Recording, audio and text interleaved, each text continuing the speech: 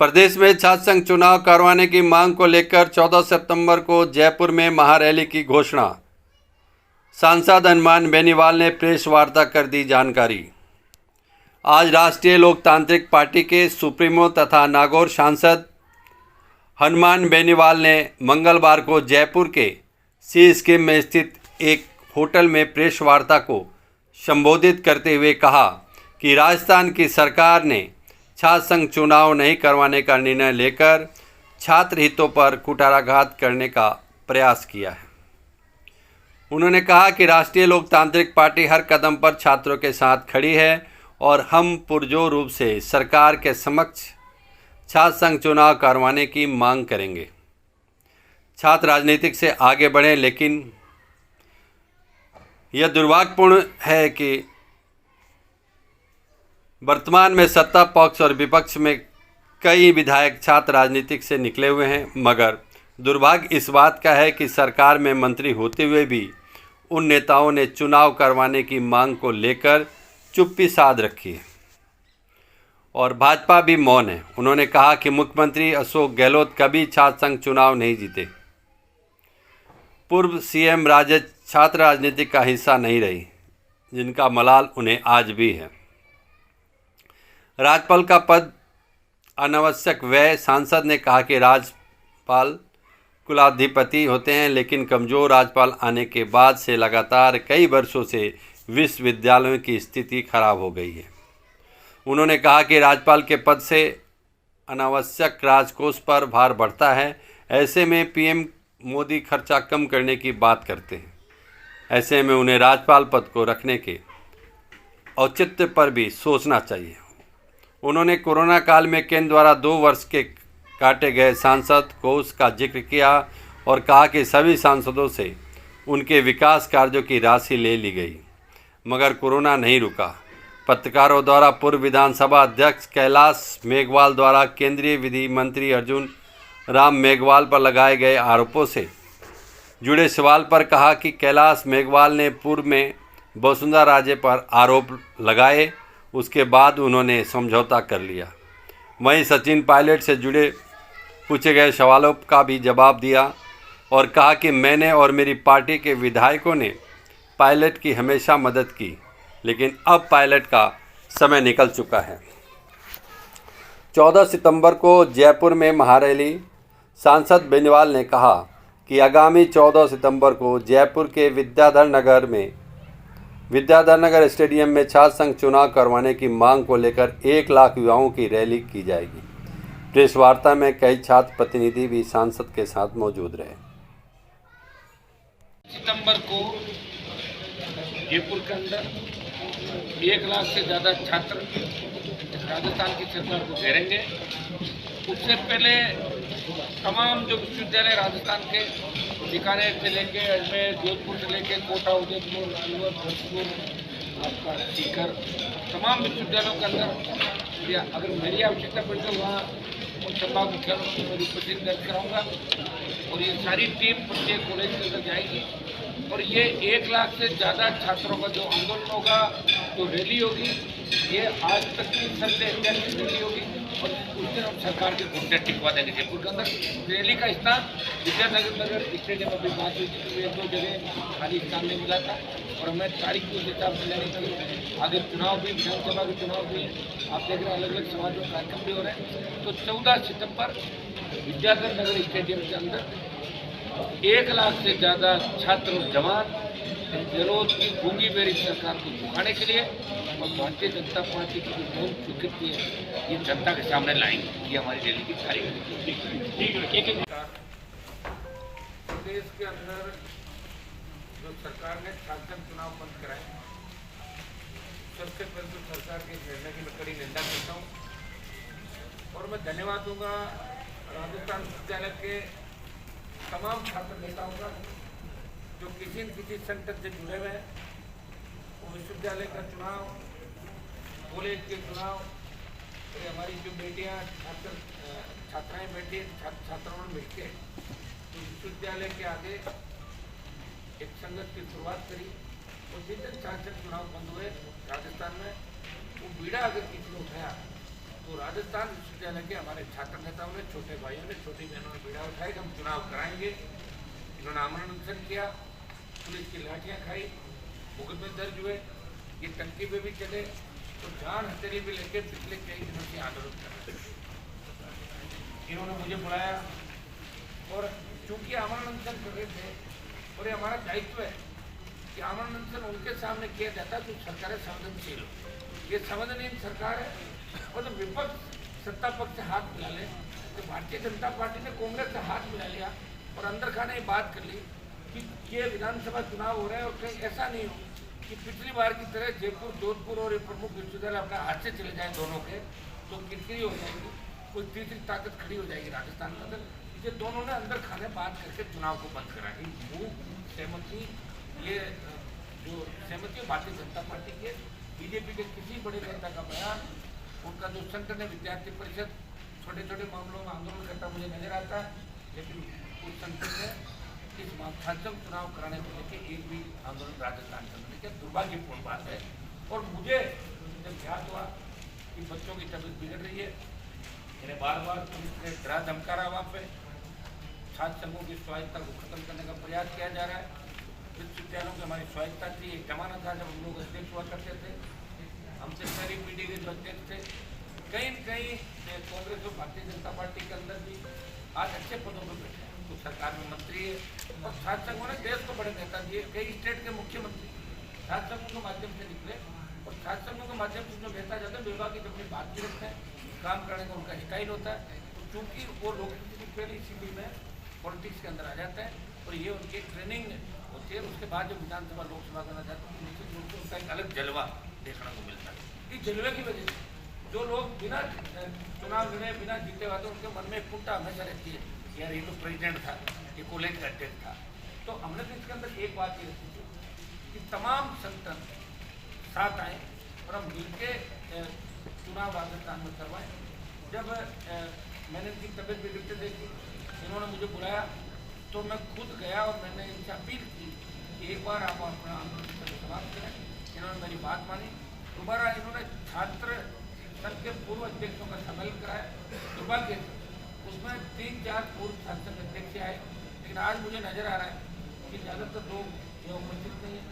कहीं चुनाव का समय कोई सोच रहा कांग्रेस की टिकट मिल जाएगी, कोई सोच रहा बीजेपी की मिल जाएगी, कोई ये भी सोच रहा है कि मैं काम करूँ नहीं, बस खाली मेरा नाम ही हो, तो नाम ही बिना काम करूँ मेरे पास तो हो नहीं सकता। आप भी जानते हैं, सारा सिस्टम चलने वाला आदमी हूँ।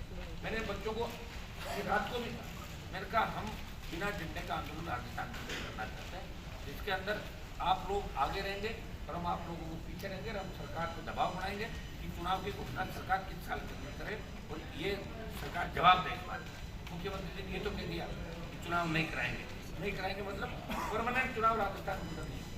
जब वसुंधरा चुनाव को कराए थे 2004 के अंदर, तब 2009-10 के अंदर हम चुन के आए और मुझे याद है कि सबसे पहले मामला मैंने उठाया, बेल में धरना दिया और जब मैंने 1 घंटे का धरना दिया तो उस समय कांग्रेस बीजेपी के जितने भी छात्र संघ के पूर्व अध्यक्ष थे एक एक करके धरने पा जाए कि कहीं फोटो में पीछे नहीं रह जाए, धर्मान अकेले को क्रेडिट मिले। ये मैंने देखा था विधानसभा का अंदर, तब सीएम ने पूरा खड़े होकर कि हम चुनाव करवा रहे हैं। हो गए चुनाव। उसके बाद जिस तरह चुनाव बंद किए, कई बार हाईकोर्ट चुनाव बंद कर देता, कई बार सुप्रीम कोर्ट बंद कर देता। अगली बार सरकार ये कह रही है कि हम जो सेमेस्टर सिस्टम देश की सरकार लागू करें। मुझे आप बताएं, शिक्षा जो है स्टेट का इशू है, ये केंद्र का इशू नहीं। हर स्टेट अपने हिसाब से पाठ्यक्रमों को फेरबदल करता रहता है। हर स्टेट इसके लिए स्वतंत्र है। चुनाव स्टेट का हिस्सा है, चुनाव कराएं कि नहीं कराएं, पंचायत चुनाव कराएं कि नहीं कराएं, शासक चुनाव कराएं कि नहीं कराएं। लेकिन दुर्भाग्य से सेमेस्टर सिस्टम की बात कुछ शिक्षा मंत्री कर रहे हैं। मैंने बात करी उनसे 3 बार, मैंने कहा आप चुनाव क्यों नहीं करा रहे हो? कि मैं चाहता हूँ सेमेस्टर सिस्टम। मैंने कहा आपको पता भी है क्या कि 2020 में हो गया सेमेस्टर सिस्टम का, तो फिर ये अभी तक चुनाव क्यों चल रहे थे? और जब सेमेस्टर सिस्टम की अपन बात करें तो दिल्ली विश्वविद्यालय जो मोदी जी दिल्ली के अंदर बैठते हैं, इनके मानव संसाधन जो मंत्री है वो दिल्ली में बैठते हैं। जब DU के चुनाव हो रहे हैं, घोषणा हो गई, तो राजस्थान विश्वविद्यालय के अंदर चुनाव क्यों नहीं हो रहे हैं? ये इस ओर संकेत जाता है और एक शक पैदा करता है कि भारतीय जनता पार्टी कांग्रेस ने मिलकर चुनाव इसलिए बंद कराए कि करारी हार राजस्थान के अंदर मिलेगी। इस बार ज़्यादा निर्दलीय और ज़्यादा तीसरे मोर्चे को उम्मीदवार जीतेंगे तो चुनाव में किरकिरी नहीं हो जाए, तो मिला जुले का खेल 25 साल चल रहा है, वो खेल हमारा खत्म नहीं हो जाए, इसलिए इन्होंने दूरी बना दी। अब जब हमने छात्र संघ का वो कार्यक्रम किया इनका पूर्व अध्यक्षों का, मेरी कई उनसे बात हुई, सब ने एक ही बात कही कि हम इसके अंदर हम मिलकर साथ देंगे। दुर्भाग्य इस बात का है कि आज मैं देख रहा हूँ कि जो भी हमारे विधायक बने सांसद और कैरियर ऐसे किसी खत्म नहीं होता, और ऐसे पार्टियों में रहकर भी कैरियर जिंदा नहीं होता। कई लोगों को मैंने देखा सबका कैरियर थोड़े बनता, किसी को तो लड़ना होगा। अगर भगत सिंह ये सोच लेते हैं कि मुझे फांसी होगी तो भारत माता आजाद के सोच, मंगल पांडे जैसे लोग ये सोच, हमें इस राजस्थान के लिए लड़ना है। और मैंने ये ठान रखी है, पार्टी बना के संदेश दिया, और मैं इन छोटे भाइयों को तकलीफ में इसलिए नहीं देख सकता कि मेरी राजनीति राजस्थान विश्वविद्यालय से शुरुआत हुई थी। मैं राजनीति विश्वविद्यालय की, और उस जमाने में अध्यक्ष का बहुत बड़ा रुतबा होता था, राज्यपाल के बराबर चेयर लगती थी। मुझे याद है बागली नगर के अंदर रावण का कार्यक्रम था, राज्यपाल के बगल में अच्छी कुर्सी लगी थी। लेकिन धीरे धीरे लिंगो कमेटी लाके छात्र संघों को कमजोर किया गया। आज ये हो गई कि छात्र संघ अध्यक्ष को जब चाहे वाइस चांसलर सस्पेंड कर देता है। अभी वर्तमान की राजस्थान में जितने भी छात्र संघ चुनाव है, शायद मई के अंदर इनके कार्यों पर रोक लगा दी। आप चेक कर लें कि जब तक नया चुनाव नहीं होगा तब तक कार्यालय पर अध्यक्ष का ही वो रहता है, अध्यक्ष उस कार्यालय के अंदर अध्यक्ष ही बनता है, वो काम काज करता है लोगों के। नए जो जुड़े हैं इसके अंदर बच्चे आएंगे चुनाव से पहले, उनकी समस्याएं छूटते हैं। लेकिन दुर्भाग्य इस बात का सरकारों को इसके अंदर मजा आने लग गया, पूरा इंटरफेरेंस सरकार ने करे। कायदे से कुलाधिपति गवर्नर इन विश्वविद्यालयों को मालिक होते हैं, ये जो कमजोर गवर्नर आ जाते हैं जिनको पता ही नहीं क्या हो रहा क्या नहीं, सिर्फ पढ़ गया आप कागज और सुन ले।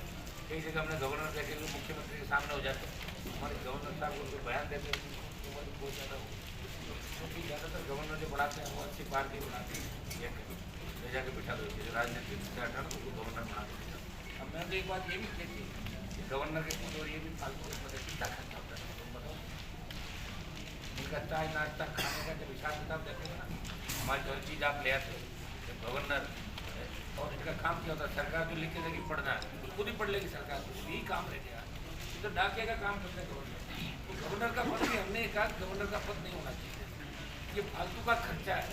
प्रधानमंत्री जी आप खर्चे कम करने की बात कर रहे हो, हमारे सांसदों का तो आपने 2 साल का 10 करोड़ रुपये काट दिया है कोरोना के नाम से, तो क्या उससे कोरोना मिट गया क्या देश के अंदर? सांसद विकास कराने के जाएगा, उसके बाद पैसे ही नहीं मिलेगा, डेवलपमेंट कहाँ से कराएगा बताएं मुझे। लेकिन फिर भी हम लड़ाई कर रहे हैं। प्रधानमंत्री जी मेरी अपील है कि गवर्नर का पद खत्म करें, फालतू के जीते भी पद जो लेना देना उनको खत्म करें। आपको वैसे ही शौक है कि भाई आप 2 ही लोग रहते हैं तो हो जाएंगे, करना चाहिए, क्योंकि मेरा काम भी गवर्नर का।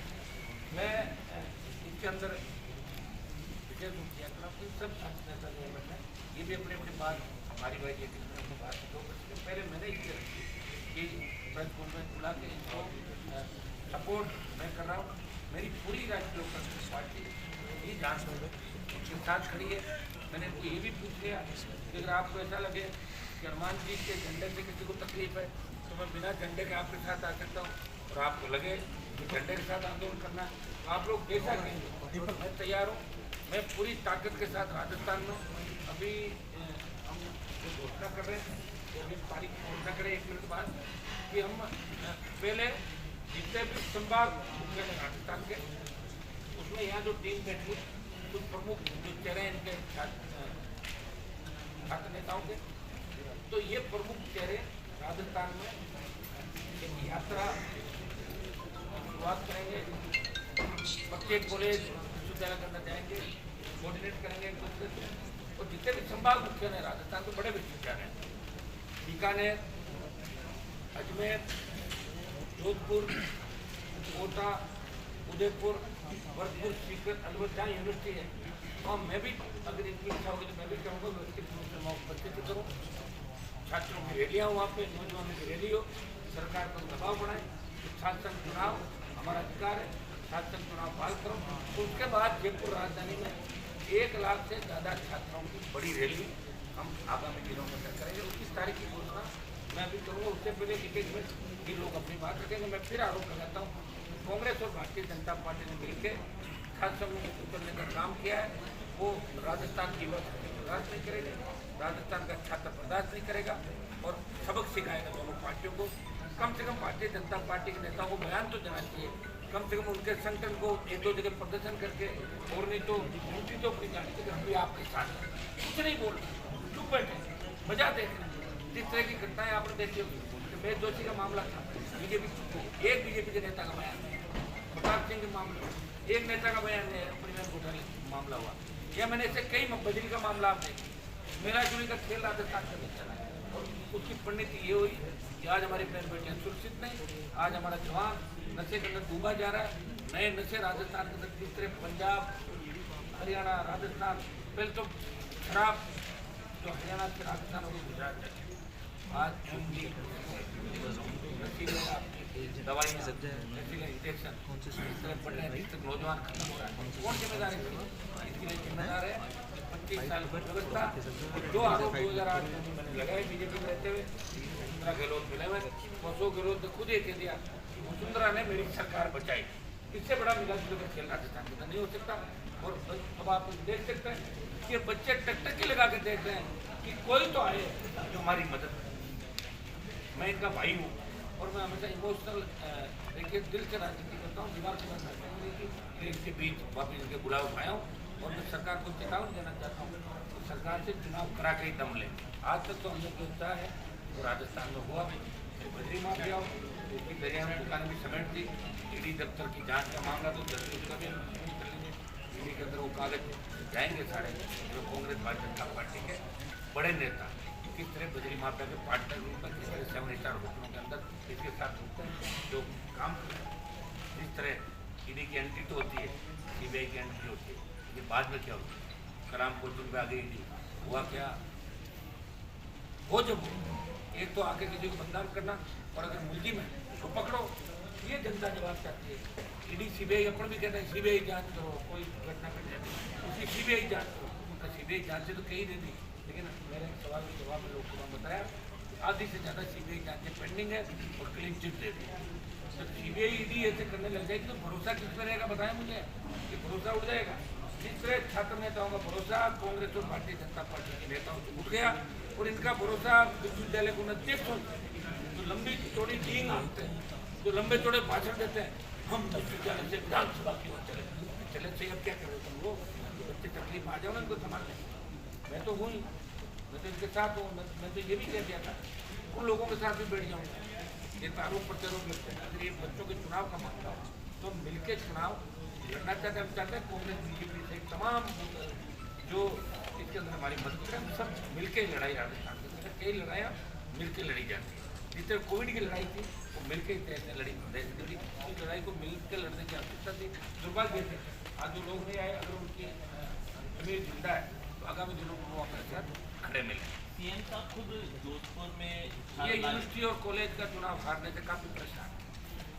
एक बार हमारी बात करती थी नागपुर तो मैंने कहा साहब आप मन नहीं पाए थे, हाँ रह गए थे थोड़ा उस बात से। इनको ये बार बार ये बात है यूनिवर्सिटी का कोई अच्छे दिखता नहीं। मुख्यमंत्री जी को कहना चाहूँगा कि एक बार आदमी को अपने मन की निकाल ली, अभी सारी मन की निकाल रहे हैं। तो बीजेपी है नहीं, कांग्रेस अपने चाहे जो रेवड़ियाँ बांट रही, तो एक आदमी मुख्यमंत्री जारी कर दे कि राजस्थान के तमाम विभाग अध्यक्ष खुद हो, क्या दिक्कत है? कम से मन की तो निकल जाए। इसी वजह से बच्चों को तकलीफ नहीं, ये उनकी पीड़ा जरूर हमेशा रहती है। पूरी पीड़ा बीजेपी के कई नेताओं की, वसुंधरा जी की पीड़ा वो अध्यक्ष नहीं है पीड़ा कहती जरूर है। मैं भी पॉलिटिक्स मैडम आप भी पॉलिटिक्स पहले करते, हाँ हाँ मैं भी थी, कहाँ थी? उन्होंने में से एक्टिव पार्टिसिपेट किया, पार्टी में अध्यक्ष थी क्या? अध्यक्ष मन में जरूर आता है, मन में आता है, मन कर सपना तो पूरे हो गए। लेकिन मैं इन बच्चों को साथ हूँ। हम किस तारीख आपके समय पर लिंगो कमेटी नहीं थी, लिंगो कमेटी को अगर हम सरकार के अंदर आए तो हटा देंगे लिंगो। मजाक है बच्चों का। हम नया बिल लेके आ जाएंगे राजस्थान के चुनाव होंगे और माननीय उनके लिए अलग आयोग बन जाएंगे।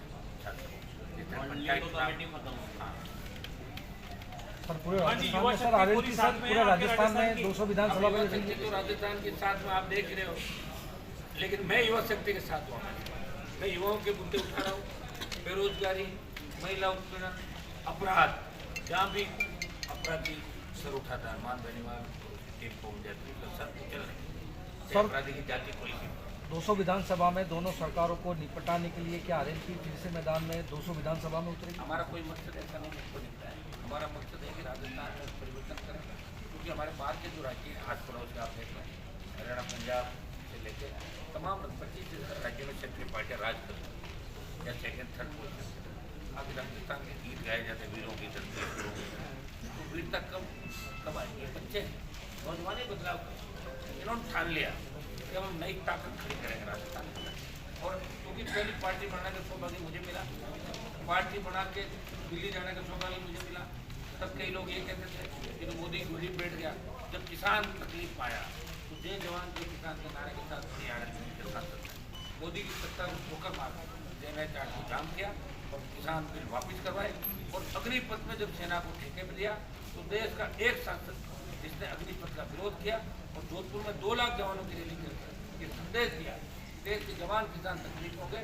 उस समय हनुमान बेनीवाल सत्ता छोड़ के कभी भी सड़क पर आ सकता है। और ये छात्र संघ अगर संकट पे आगे छात्र संघ और विद्यालयों की स्वायत्ता पर अगर कोई उंगली उठाएगा तो आरएलपी पार्टी बेनीवाल हमेशा अपने छोटे भाइयों के साथ सम्मान में इनको आगे बढ़ाने के लिए छात्र संघों के माध्यम से इनको लोकतांत्रिक व्यवस्था की स्थिति को समाप्त नहीं होने देगा।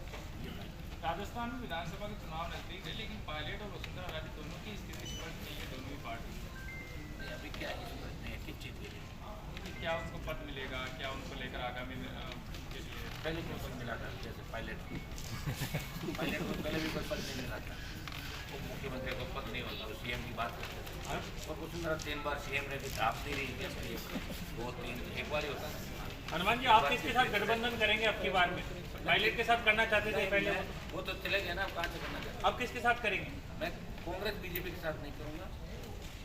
शोषित पीड़ित दलित या जवान की बात करने वाली, ट्राइबल की बात करने वाली अगर कोई पार्टियाँ गठबंधन करना चाहेगी तो हमारे रास्ते उनके लिए खुले। कैलाश मेघवाल जी ने आरोप लगाया, अर्जुन राम ने बयान दिया है, अर्जुन राम मेघवाल को भ्रष्ट बताया है और प्रधानमंत्री को पत्र लिखकर जांच करवाकर बर्खास्त करने की मांग की है। देखिए कैलाश जी के साथ लंबे समय के साथ वसुंधरा में भ्रष्टाचार का आरोप लगाया, लेकिन उन्होंने चूक कर दी। उसका 5,000 करोड़ का तो मैं नहीं बताया कि उनका 22,000 करोड़ का हुआ, साथ ही ये बाद में कैलाश जी के बाद वसुंधरा जी के साथ उनका हो गया था। वो आरोप तो सच्चे लगाते हैं, पर इतना ही वो बाद में साथ रहते हैं। ये अगर आरोप लगाए तो कहीं कहीं सच्चाई होगी उसके अंदर, मुझे ऐसा तो बिना उसके ऊपर तो नहीं लिखते। हाँ, लेकिन बाद में क्या होता है, उनको ज़्यादा करता तो फिर वसुंधरा जी को समझौता कर लिया था विधानसभा। देखिए राजस्थान में लंबी लड़ाई तो कोई नहीं लड़ पाया, सब शरणम गच्छा में होगी। मेरे साथ भी बहुत बड़ा नेता था, महल की महारानी कहते थे, सब वहीं बैठे हैं। एक ही व्यक्ति लड़ रहा है, आप ये बात क्यों नहीं कहते? बड़ा एक ही आदमी लड़ रहा है।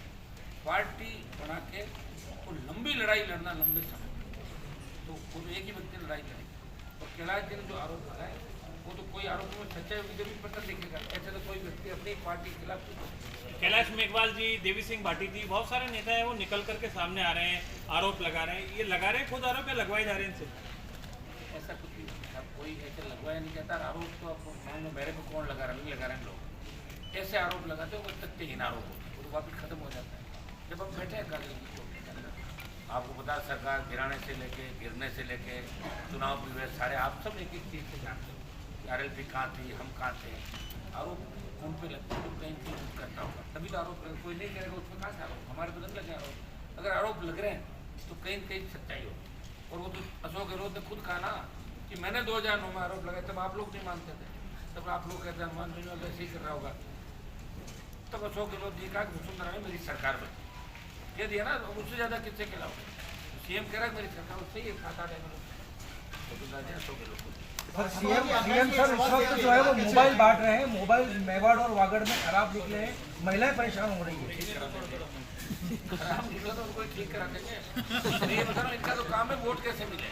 आप समझो रेवड़ियाँ बांटना, वोट लेना, इनका मकसद एक वोट मिल जाएगा। देखिए अशोक गहलोत 2 चीज़ में कामयाब हो गए। एक तो सचिन पायलट का ऑपरेशन करना तो वो परमानेंट कर दिया, उनकी जीत हो गई। वो अपने आप में बहुत खुशी से महसूस, हर आदमी कहता है बताओ पायलट का ऑपरेशन किया नहीं कर दिया। और चूँकि उन्होंने क्या किया, खुद ही कर लिया। उन्होंने कहा तो माने सर गए, बड़ी बड़ी बात करी, मैं आज सीएम बन के आ रहा हूँ, अपने लोगों का मैं 15 दिन बाद आ रहा हूँ, किसी का कहाँ हो वो भी सीएम हाउस देंगे, कहाँ को किसी का सीएम हाउस बताओ। तो ऐसा करके खुद ही उन्होंने अपनी बढ़िया मेहनत करा दी। अगर वो निकल के आ जाते पार्टी से सचिन पायलट तो आरएलपी और वो मिला के 100 सीट राजस्थान में जाती। लेकिन देखो इस समय किसी के साथ नहीं चलता, ये समय अपने हिसाब चलता है। तो एक बार व्यक्ति अपना एक भूल जाता है तो उसकी वो भी उसका भुगतना पड़ता है। मेरीवाल जी, आपने ये सचिन पायलट को लेकर आपने जो बोला, आपको क्या लगता है कि सचिन पायलट का समय निकल चुका है? अब वो समय निकल सचिन पायलट का समय निकल गया। तभी तो देखो ना, जवानों के बीच मैं ही बैठा हूँ, है क्या समय किसी? क्यों सचिन पायलट जैसे पहले मुखर होते थे अब मुखर नहीं हो रहे? छात्र संघ के चुनाव को लेकर भी मुखर नहीं हो रहे? अरे कोई और दूसरा भी हो रहा है क्या? सचिन पायलट को छोड़ो, वो तो उनकी आंतरिक मजबूरियाँ होगी, कई दूसरे कारण आप भी जानते हो कि क्या कारण उनको माने कर गए थे। तो सारी बात वैसे आप भी करवा लो, ये तो उन लोगों ने।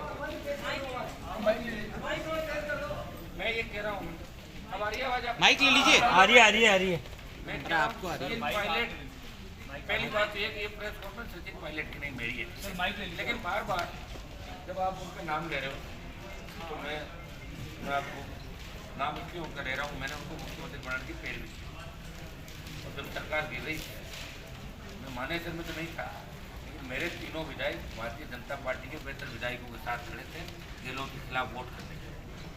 और एक जब वो कांग्रेस के प्रदेश उस समय राज्यसभा का चुनाव हुआ था, उस समय भी हमने उनके कहने से मदद की वोट। और वही टोंक का जो चुनाव था उसमें भी मेरी मदद रही। मैं प्रचार करने जा रहा था, उनका टेलीफोन आ गया, मैं नहीं गया उनके खिलाफ। ये मैंने उनकी मदद करी 4 बार। अब वो क्यों मुखर नहीं है, क्यों नहीं, उनका वेट थोड़ी करूँगा। जब सचिन पायलट करेंगे जब भी करेंगे, हम निकल पड़ेंगे अकेले।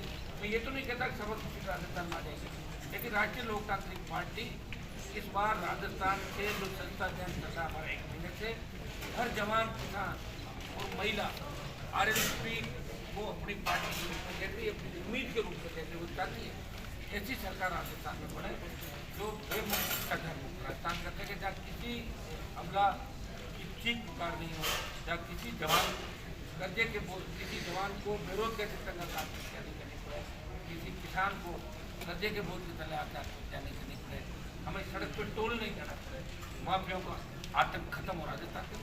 हर व्यक्ति ये बार बार अपन पायलट गहलोत वसुंधरा इनकी बात करते, तो इनकी बात तो बेमानी होगी। ये तो तीनों ही अगले जो कैबिनेट का जो सीनेरियो है, ये तीनों आपको कहीं नजर नहीं आएंगे। तो पायलट आएंगे, न गहलोत आएंगे, उन्हें वसुंधरा आएंगे।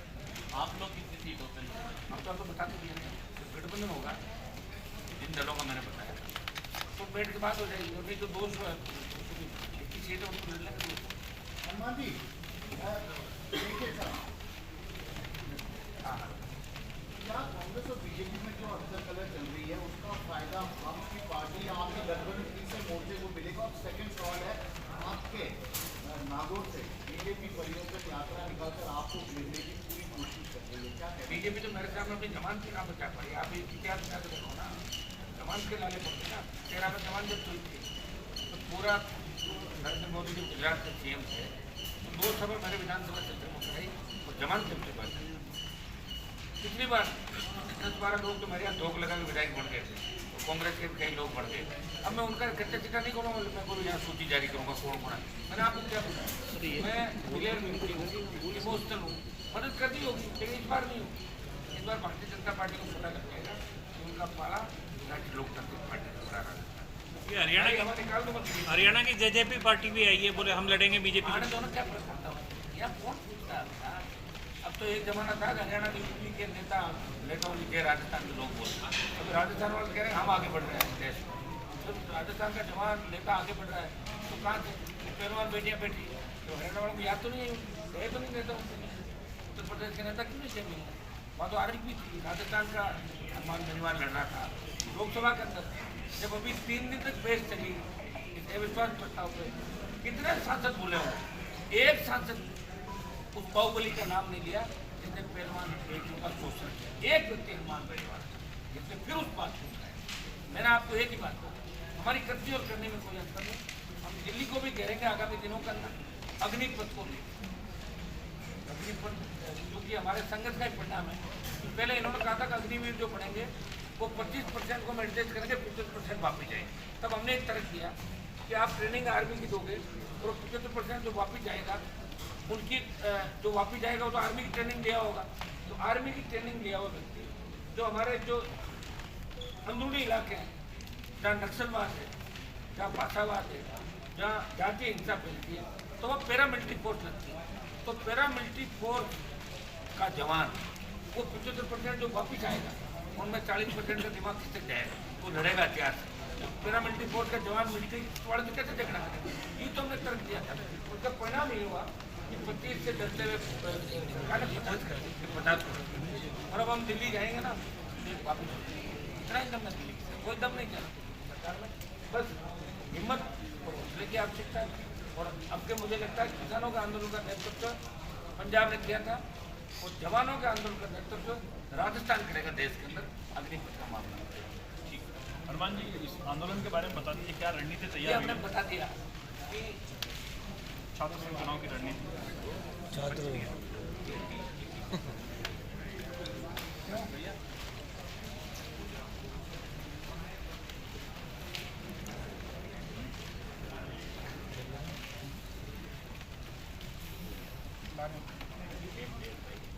हनुमान जी, जी गहलोत सर ने 2030 विजन जारी किया है, आप भी कोई विजन जारी कर रहे हो क्या?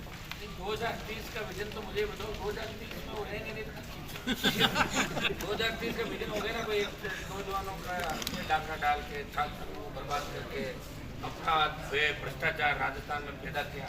पहले वसुंधरा जी को भ्रष्टाचार की धरनी के रूप में जाना जाता था, और अशोक गहलोत ने मोहर लगा दी कि वो अकेले नहीं है, मैं भी साथ हूँ। कुछ पड़े ना दोनों। आप देखिए किस तरह के हालात में।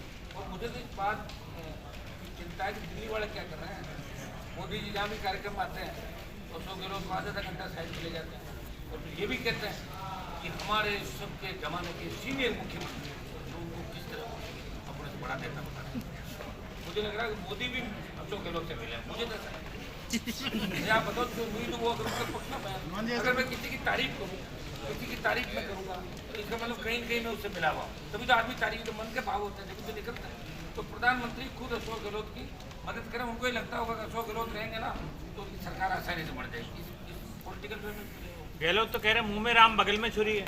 गहलोत कह रहे हैं मुंह में राम बगल में छुरी है, मित्र भी कहते हैं, और साथ में राजस्थान का अपमान भी करते हैं, हमारा अपमान भी करते हैं।